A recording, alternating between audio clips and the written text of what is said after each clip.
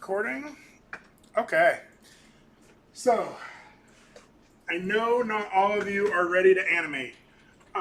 Even if you were, I don't know that I would encourage you to try to animate along with me. I've been doing this for 15 years. And, this should be something you're taking your time with and, making perfect, not something you're rushing to try to keep up with me. Okay? So, today's lecture, as much as, I know you're wanting to get everything done. I think what you need to be doing today is sort of paying attention to why I'm doing the things I'm doing. So as it is right now, I have my character set up in a way that I'm relatively happy with. I'm going to turn on this right here so I can see a little bit of the ground contact here, right?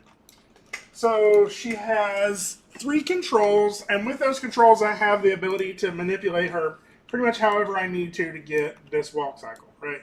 I can move her hips, I can rotate that to put her in a different angle. Let's say once I get her into one of these positions, I want to adjust the feet. I can do that. I have this ability to aim the knee a little bit, and I can rotate the foot. I can wiggle the toe. Right. So this is a pretty decent rig. The main issue that you're probably going to run into with this rig that would have been a little harder to set up is the ability to roll up onto the toe. Right. So right now, if I animate this toe joint, the toe just wiggles. But if the character were pushing off back here, right, we would really want the character to be able to do something like this, and then the toe to be flat against the ground like that. There are more complicated foot rigs that will allow you to do this, but I felt like it would probably be easier for us to just counter animate that for a few steps than to deal with a much more complicated rig. Okay, you'll learn how to do that in the technical direction class. It's called the reverse foot rig.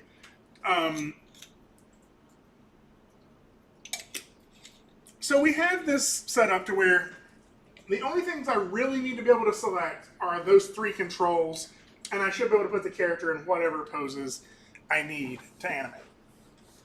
So I'm going to also set this up to be a little more user-friendly, because right now if I just drag select everything, I'm selecting the model and those controls, and so if I started moving all of that together, my rig's really going to mess up. Right? Like the eyes just exploded. It's actually not messing up as bad as I expected it to, but it's really just not going to work that well. So I want to set it up to where I'm not selecting all of the mesh too, right? I currently have just grabbed all of my mesh pieces here.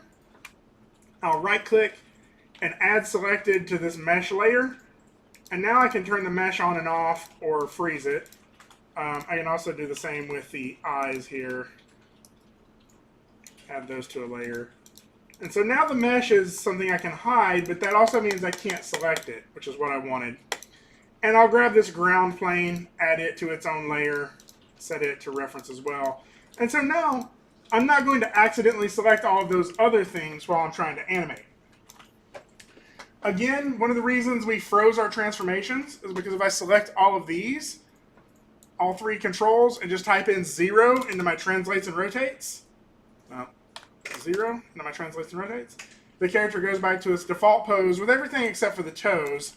That's because I have to go down here on these 2 controls and select the toe and knee and set those to 0 as well. And our character is back at the bind pose again. Okay. So you remember the 12 principles of animation? I mean, do you remember talking about them? Does anybody remember all 12 of them? So there was one of the principles we talked about that was kind of weird. It wasn't a principle, it was just the 2 processes in which an animation can be created. Anybody remember which one that one was?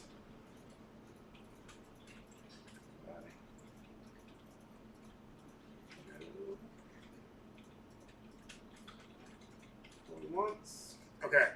It was straight ahead and pose to pose. Do you remember that? that principle?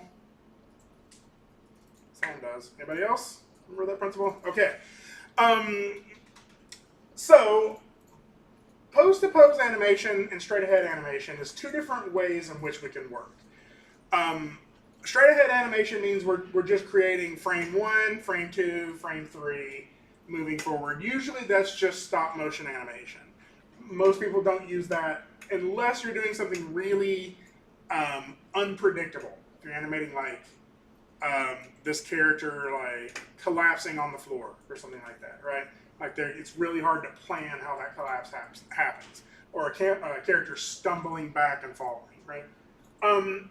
In most animations, though, we can plan by finding very key moments in the action, and that's pose-to-pose animation, right? So let's look at something here really quick. If you just go to Google and type in walk cycle, and then go to the images section, you're going to find a couple of very similar images. All of these images that have this red and green leg, that comes from the Animator Survival Kit. Anybody have that book? It was on the list of, like, if you have extra money to buy books, buy that book. It's a really good book, but this is one of the resources that most people buy it for, is that there's just a lot of information in here. You'll notice that multiple people have tried to do their own version of them. This is the one that's going to pop up the most, though. These are the key poses that are necessary, not suggested, absolutely necessary to do a walk cycle, okay? Or to do a walk animation of any kind. This is one of the only animations where the posing has already been figured out for you, right? And so that's one of the reasons we start with it. So you'll also see other people have done their version of it, but to do a walk, you need 4 poses. Now I know there's 5 of them up here, but we're going to work through these today. So we need a contact, a down, a passing position, and an up position. And then if we've gone through those 4, we're back to the contact again, okay? So we're going to talk about what each of these poses really mean, why we're calling them these. But you'll notice that in this first contact, the character's right foot is forward. Okay? In that second contact, the character's left foot is forward. That's not the same pose. That is a mirrored version of this pose, right? To do a full walk cycle, to go like to where your right leg is in the front again, you have to go through all of these 4 poses twice, right? Contact down, passing up, contact down, passing up, and then you're back at this contact pose again, okay? So, we're going to work on making those poses today and understanding why each of them is necessary, right? We're also going to kind of learn some shortcuts. We're going to animate 2 steps today, and then I'm going to show you how in the space of about 10 seconds, you can turn that into 4 more steps, okay? So let's really quickly look at what's happening in each of these poses. I'll try not to belabor this too much. Our contact, like when we talk about pose-to-pose animation, the reason we're gathering these poses, the reason we're creating these poses in the animation, is because these are key moments in the action that are necessary for the animation to be understandable by the audience, right? Like if I were to do a jump animation, my character is going to jump, be standing on the ground, they jump up in the air, and then they're back down on the ground again. If I did that animation, but all I did was the 2 poses where the character's standing on the ground, you would not be able to tell that that was a jump animation, right? That pose up in the air is necessary for that animation to communicate as the action you're trying to show, right? So the biggest mistake most people make in animating a walk is they just make the character's legs kick underneath them and hope that that's enough, right? It's like they're swimming or something, right? A walk is something that has a lot of physics-based events that are happening in it.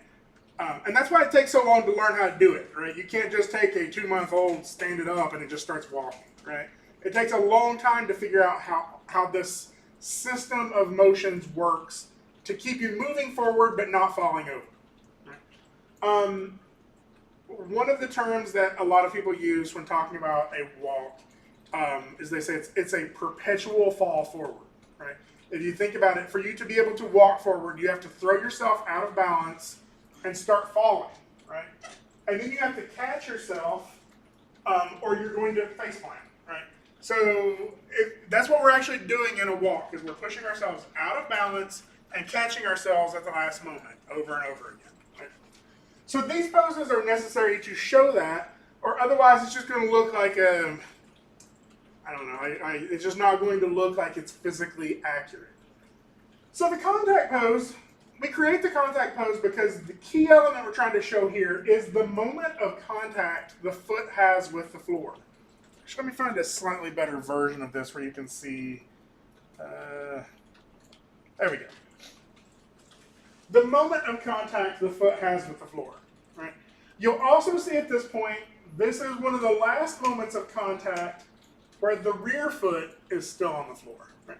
This is the moment where the weight is being transferred from the rear foot to the front foot. Okay? The front foot is going to go flat.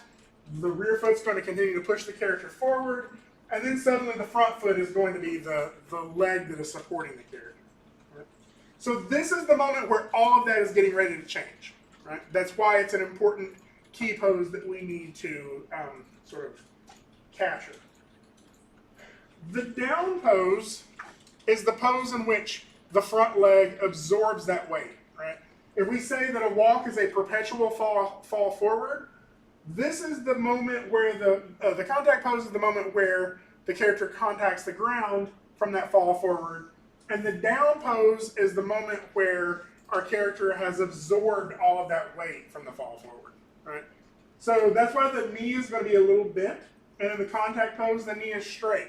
It's not going to be completely straight, but we're going to get it pretty close to straight. You'll also notice that rear leg is kind of kicked off now, push the character forward more. So we call this also the down pose because you'll notice this sort of spherical shape for the hips and the head. This is the lowest point your character will ever be in the up and down axis. Right, this is the deepest their hips will sink, the lowest their head will go in this walk cycle. The passing pose is where our front foot or our rear foot is passing it's actually everything is passing each other, right? Our front foot is sort of moving backwards to go to the back of our character, to go behind our character. Our front foot is moving forward to go to the front, and both of our arms are swinging past each other. Now, most of you don't have characters that have arms, but if you do, this is where they would kind of crisscross. It's also important to recognize that if you do have a character with arms, your arms and your legs counter each other. Right? You'll notice that in our contact pose, the character's right foot is forward, but their left arm is forward. Right? So one of the mistakes a lot of people make is having their character walk like this.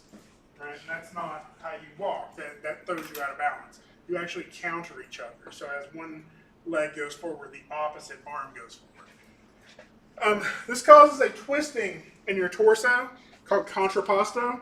Listen for that in art history classes, but we'll talk about that more in future classes as well. So the passing pose is where everything is switching, right? This is also the only pose where the character is really completely in balance, right? You could stand in that pose indefinitely if you have enough leg strength, right? You couldn't really stand in this pose indefinitely, your down pose, because your character is like, the weight is moving forward, the character would fall back, right? The passing pose is sort of that last moment. If a walk is a perpetual fall forward, the passing pose is that last moment where your character is starting to tip themselves out of balance, right? So you will notice if we looked at this walk cycle in the front view, let's see if I can find one here. This is a pretty decent. Why do I have it over here and not over here? Okay, give me a second. I'll pull this back up. So here's a pretty decent example of a front view. You'll notice that this character is shifting their weight over the supporting leg. So this end pose over here is the passing pose, right? That means 1 foot is off the ground. For you to be able to stand with 1 foot off the ground, you have to shift your weight over that foot, right? We could try it, but just trust me on this.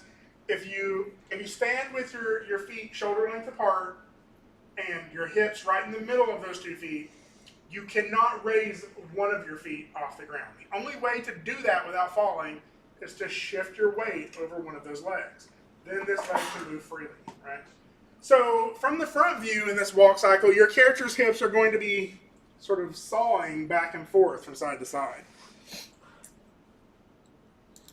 So that's the passing pose. The character's weight will be over whatever leg is supporting them. The up pose is the highest pose before the character falls, right? So again, like if this passing pose is the last point where they're in balance, to continue moving forward, you have to sort of start falling forward. And that's what's happening here. Is the character's starting to fall forward, but their other leg hasn't caught them yet. So in this case, he's kind of flipping his leg out there to kind of get out in front of them quickly, right?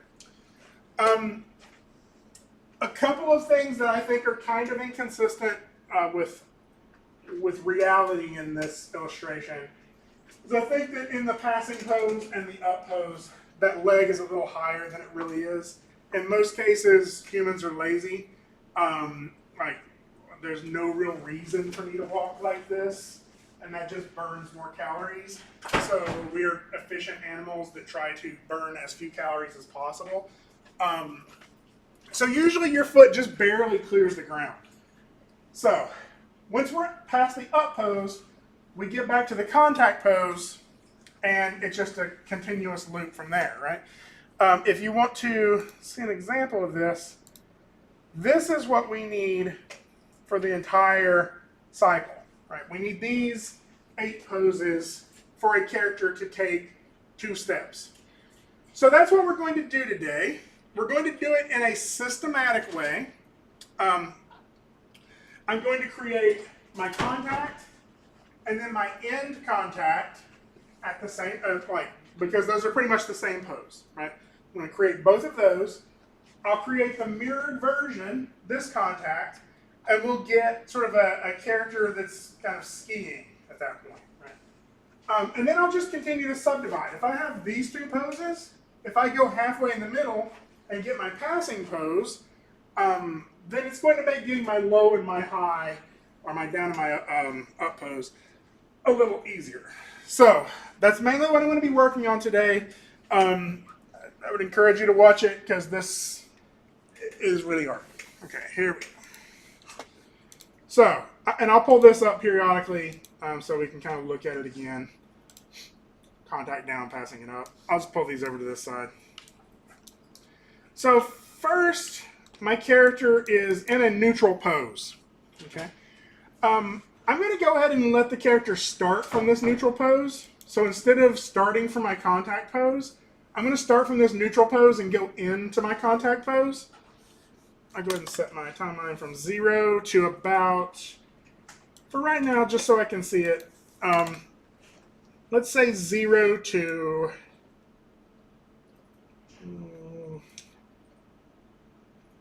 let's try 24. Okay, now I'm picking this number out of experience, but one of the things to consider is like timing of stuff, right? How long does it take to take 2 steps? How would you ever find that out? Take 2 steps, right? It is actually really important to base, even if you're doing something super cartoony, it's really important to base your animation off of reality, right? You can exaggerate from reality, but if you need to know the timing on that, stand up and try it. Like, you have a timer on your phone, right? I will tell you that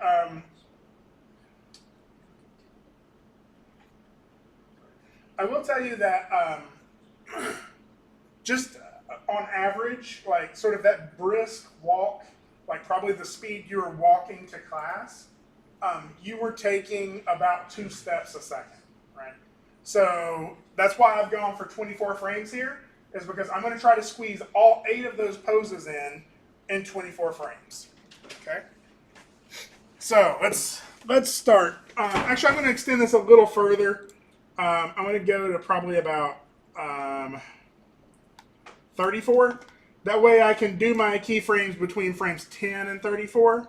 And these first 10 frames will be going from a neutral pose into my contact pose on frame 10. Okay. So one of the things that's really going to be essential in this is setting a keyframe on all of your controls for each of these key poses. I know it's going to be very tempting to just set them on the poses or the channels that you move, but what I'm going to do is set it on every control for every channel for every keyframe pose I'm going to create. So on frame 0, I'm going to hit S to set a keyframe on everything. So how I selected that, I just drag selected all my controls because everything else is in a layer, right? Now, if your stuff is not in a layer, I can show you a way of creating a button that selects all the things in your view, or all the controls automatically. So if we open up our script editor, it's very bottom corner down here. Can you all see that in the bottom? What's that, right-hand corner? I guess, yeah. Of the menu, right underneath the playback, there's this little white box. If I click that, it opens up my script editor. The script editor we've probably seen before that if I click on stuff, if I click on this ring, right, I'll get this little piece of script here that says select-R root control. Okay. So that's the piece of script I need to select my root control. That's the piece I need for the foot. That's the piece I need for the other foot, right? So select-R L_foot control. Which means I could write a script that selects all of my objects. But instead of writing a script, I'm just going to let Maya do it for me. If I hit Edit, Clear All, it'll wipe all of this out. And then if I just drag select those 3 controls, then it creates this piece of script right here. And then I can go to my Custom tab, middle click drag, and say Mel. And now I have a button here, and when I click that button, it will select all 3 of those controls. Okay? So if you follow along with that, you just wrote your first Mel script. It's super easy to do. It's super easy to use to automate certain processes. So yeah, give that a try. And like for me, this is helpful because whenever I need to change my character's pose and set a keyframe on all of it, I can just click that one button and it selects all of the controls. Okay. So now I can close this. I also personally like to work with auto key turned on, which is right below my play button right here. There's this little ring or this little circle. And if I click that, what that means is if I make a change to one of these channels, it's going to automatically key that change. I use that because I like to have, I like to pose my character, and then, you know, I'm always a little worried that I'll forget to set or hit S, and I'll lose that keyframe. So I'm going to just get my character in kind of a neutral pose where it's a little more relaxed. Like this.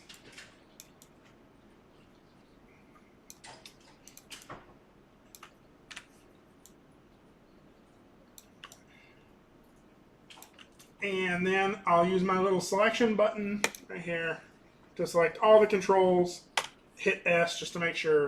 And you'll see now she's kind of in that pose, right? So it's time to make our contact pose. I will say before I go much further, what I've done here is I just took her a little bit away from her like very stiff bind pose that she was in, just to give her a little bit of life to it, right? Just our starting pose is a little bit more interesting now. So on frame 10, we're going to create our contact pose. There it is, contact pose. Again, the distinguishing elements of this pose. I know. Just let me open the pose. Open imaging tab. There we go. One of the distinguishing features of this pose is the front leg is contacting the floor while the rear leg is pushing off in the back. Right? So really what we're going to determine here is our character's stride length. Right? Our stride length is the distance from this pose or this foot to this foot. Right? That's how long one step is for you. Every character in this room has a different stride length because every character has different legs, right? Different height, different proportions. So, just like every person in this room probably has a different stride length. So again, to sort of clear this up, I will move the character's foot forward, and I'll just start posing her in this, and as close to this contact pose as I can get her. Occasionally, like, I'll find stuff like, I rotated her hips a little bit to get her in a pose. And just so I can sort of start clean, I will just type in 0 at all of this stuff. And sort of, that way I can sort of start with a clean pose again. The same with the rotation on this leg and knee. And what I'm wanting is her heel to be hitting the ground. I want her leg to be pretty straight, like in terms of length, but I don't want to lock her knee. So I want to get somewhere like that. If I grab both of these controls at the same time, I can kind of slide them together to get the length that I want. And I want this toe to sort of stay in the right place, but I want to roll up onto the toe. Right? And so if I rotate this, the problem with that is my foot kind of goes backwards. So I can kind of adjust for that, but it's going to be hard to get that perfect. One of the ways, I can roll my toe up a little bit.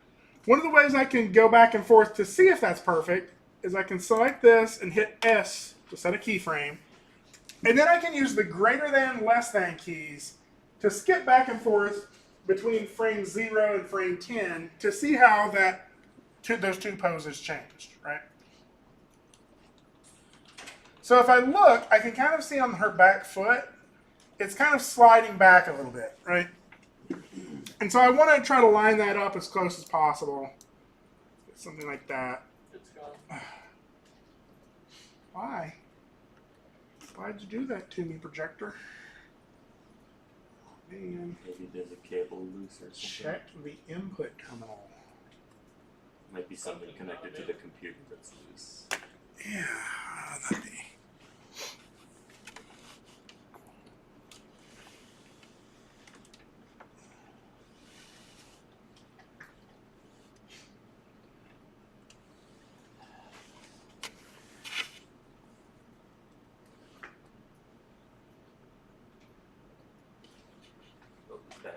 Back. Yay.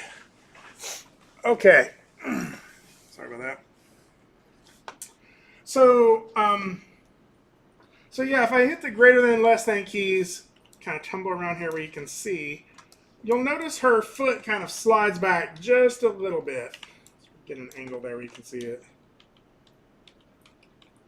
See how it sort of slides a little bit? So I want to scoot that forward just a little bit. Set a keyframe. So it feels pretty close, right? Now, in comparison to our walk pose here, you'll see that there's a little bit of a bend in here, but for the most part, it's still relatively straight, and this front leg is straight. You'll also, maybe you can't tell it so much from this, but if our character is taking a step forward, we can do something like this. raise the hips up a little bit. Let's get this back. So if our character is taking a step forward, we may also see a little bit of rotation in there, right? And we should do something like that. Maybe even getting a little bit of lean one way or the other, right? You're never really going to have any cases where the hips are going to be perfectly like unchanging in any axis. They're going to move a little bit in all three axes, and they're going to rotate a little bit in all three axes. Not a ton. If you do a ton, it's going to be super wobbly, right? But like nothing is ever like perfectly straight. There's always like a little bit of change to that. So I think we're getting close here on this. I want to straighten this leg out just a little bit more. Maybe like that. And I'm going to call this my contact pose. So again, select my everything with this button and hit S. Now again, the reason I'm selecting everything and setting a keyframe is actually, this is actually probably one of the more important things about the animation process. Like the reason Frank and Ollie talked about pose to pose animation is because they were animating the whole character from one pose to another pose, right? They weren't animating the left shoe first and then doing the right shoe later and then the left leg and then the right leg, right? They were animating as if the entire character was one unit, right? So we should be thinking of this as one drawing. And if we don't set a keyframe on all of those things, we're leaving it up to Maya to make decisions on those drawings for us. Let me show you what I'm talking about. I'm going to do this in just sort of off to the side with a sphere, because I always use a sphere. F. So let's say I'm going to animate this object going from over here, right, to over here. I'm just going to do this over like 15 frames or something. I'm going to hit S there, and you'll see I set a keyframe on all of the channels. Right? Now, if I go out here to frame 20, and I move this in my Translate Z, you're like, perfect. That's exactly where I want it. I don't need to set a keyframe on everything. It's exactly where I want it. Look, if I scrub my timeline, it works perfectly, right? Frame 20 is working perfectly, but you'll see that the only thing that I have a keyframe on is the Translate Z. There's no keyframes. Nothing is nailing down the values on any of these other attributes. So if I go earlier, let's say I go to frame 10, and you're like, you know what? I don't want it here. I want it up in the air. Right? And I change my Translate Y here. Right? Well, I just set a keyframe just on Translate Y. And frame 0, where I set a keyframe on everything, is still the same. And frame 10 is where I wanted it to be. But now look where frame 20 is. Right? Another frame on our timeline changed my frame 20 just because I hadn't nailed down all of those values. What happened is Translate Y went up to 8.6 instead of staying at 0 where I needed it over here. Right? So if I need that back, I have to go back in here and type in 0 again to get to that pose and set that keyframe. The easier way to have done this would have been just to set a keyframe on everything when I got the object in the location I wanted it to be. Now, some of you have like, I know this from working with students for years and years and years. Some of you are very meticulous about sort of the cleanliness of your file, right? And how you see that is, but you just set a bunch of keyframes on stuff that wasn't changing, right? I'm going to have a bunch of keyframes all over my graph editor that I don't need. And the answer is yes. Yes, you are. That's okay. I know that that's hard for some people. Some people are very efficient, like their book has to be perfectly parallel to the table or whatever. I understand that. what you're doing here is you're creating data that you don't know if you're going to need to be able to manipulate that data in the future. It's going to be better to have too much information than to not have enough information later. So that's one of the reasons I set a keyframe on everything, right? If I were to not set a keyframe on one of these controls and then go out here later on frame 20 and make another pose, I could mess up this pose that I worked really hard on, right? So again, using that little script, select everything, hit S, and now nothing except for me can change these two poses, right? I can do anything I want to on frame 5. Frame 10 is always going to look like that because I told it to. So, I'm going to go ahead and save it here. Increment and save. How are we doing? 10:01. What time's this class end? 10:15. Okay, we're not going to get through this today. So I'm going to get my other contact pose, okay? But this is a little bit of a trick. Okay, so let's to be honest, this is a trick because I'm trying to make this easier for you later, so you don't have to animate 6 steps.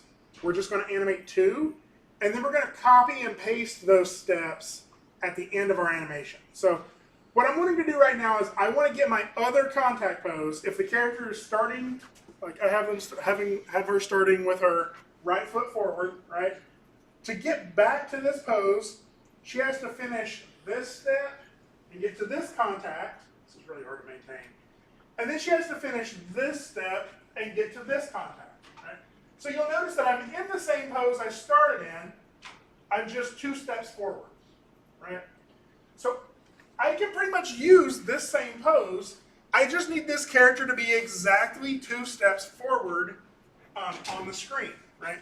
And that's going to be what my pose is going to be for frame 34, right here. Now, I could just guess, I guess, but I'm not really happy with that. I like being a little more precise. There's more technical ways of doing this, but I'm going to want to kind of split the middle by doing something, giving myself a little bit of an object to measure with. And I'm going to measure from the end of the first toe to the rear of the back foot. Okay. And I'm just going to do that by creating a box that is that length. So I'm going to go in my front view. I guess it's my side view. Left view. There we go. And I'm just going to go ahead and put this object in here. Scale it down. And then sort of extend this out until it measures pretty much exactly from the tip of this toe to the point where this heel is contacting the ground. I'm going to do that by selecting these vertices, sort of pulling those back. And so I've just sort of made a little bit of a box here that measures the length of the tip of my toe to the contact point of my heel. Actually, I want to raise that heel up just a little bit. I feel like it's going to the floor a little bit. I'm going to change this pose just a little bit to make this more accurate. Doing all this wrong. Raise that up a little bit. Raise that up a little bit. There we go. So again, from my left view, that's pretty much right. Okay.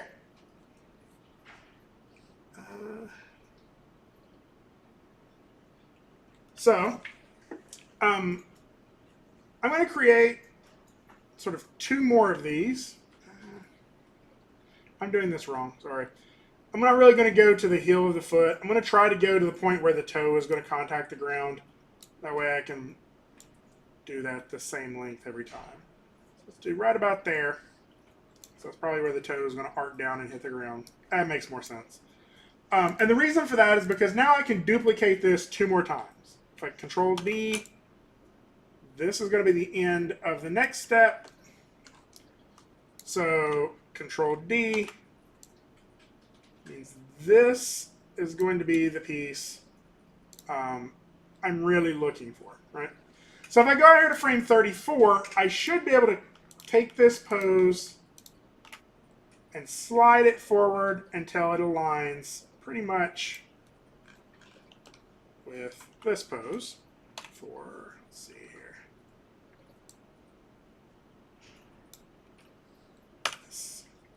So I'm setting a keyframe there.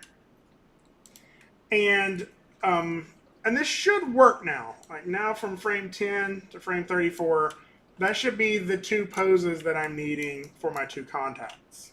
5. Okay. The next thing I'm going to do this one more time, or do this part like just kind of quickly so we get it, is because from here I have my two contact poses, right? The one on frame 10, the one on frame 34, and they're the same pose except it's been slid forward, right? So what I need my other contact pose. And the reason for that is because that's sort of the mirror opposite of this, right? Maya is going to give me some stuff for free. It's just not going to be right. And if I could always just go to frame 12 and do my down pose instead. But if I do my other contact pose, it will be easier to get my down pose later. Okay. So I'm going to go halfway between frame 10 and 24, about frame 22. And I'm just going to do this pose, the mirrored version of it. Okay. So I'm going to try to do this really quickly, and then we'll call it a day on this class. So a couple of things you'll notice. That foot kind of slid a little bit. Scoot that forward a little bit. Probably scoot that back a little bit. But actually, I got to mirror these, right?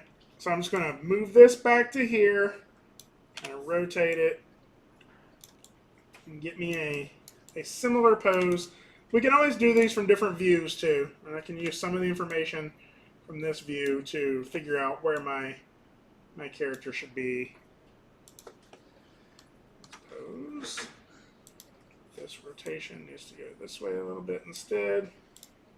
This other foot. Go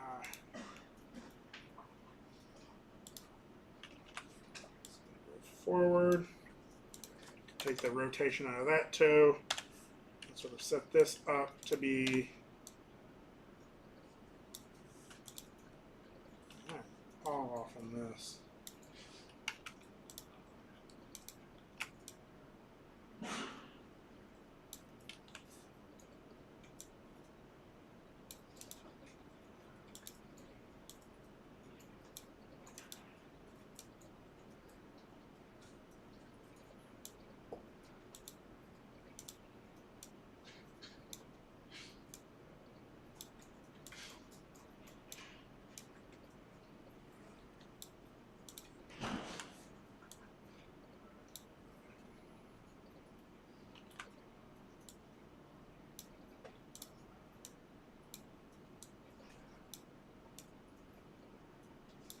So that's going to be pretty close. Go ahead and raise that toe just a little bit more.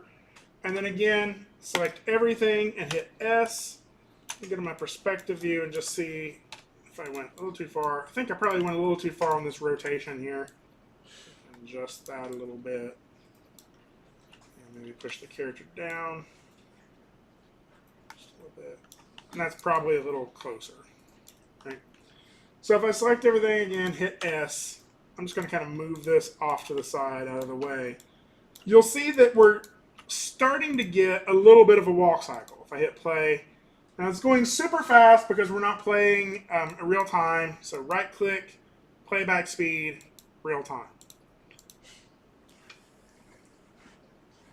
So my character is moving. A lot of people want to stop here.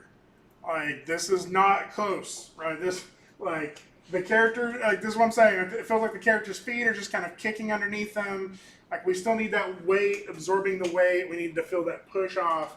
And so that's what we're going to get into next class. We're going to get our passing pose next, because our passing pose is in between our two contact poses. And then we'll get our down poses next, because those are in between our contact and passing, and then we'll finish up with the up pose because that kind of gives it that last little bit of energy.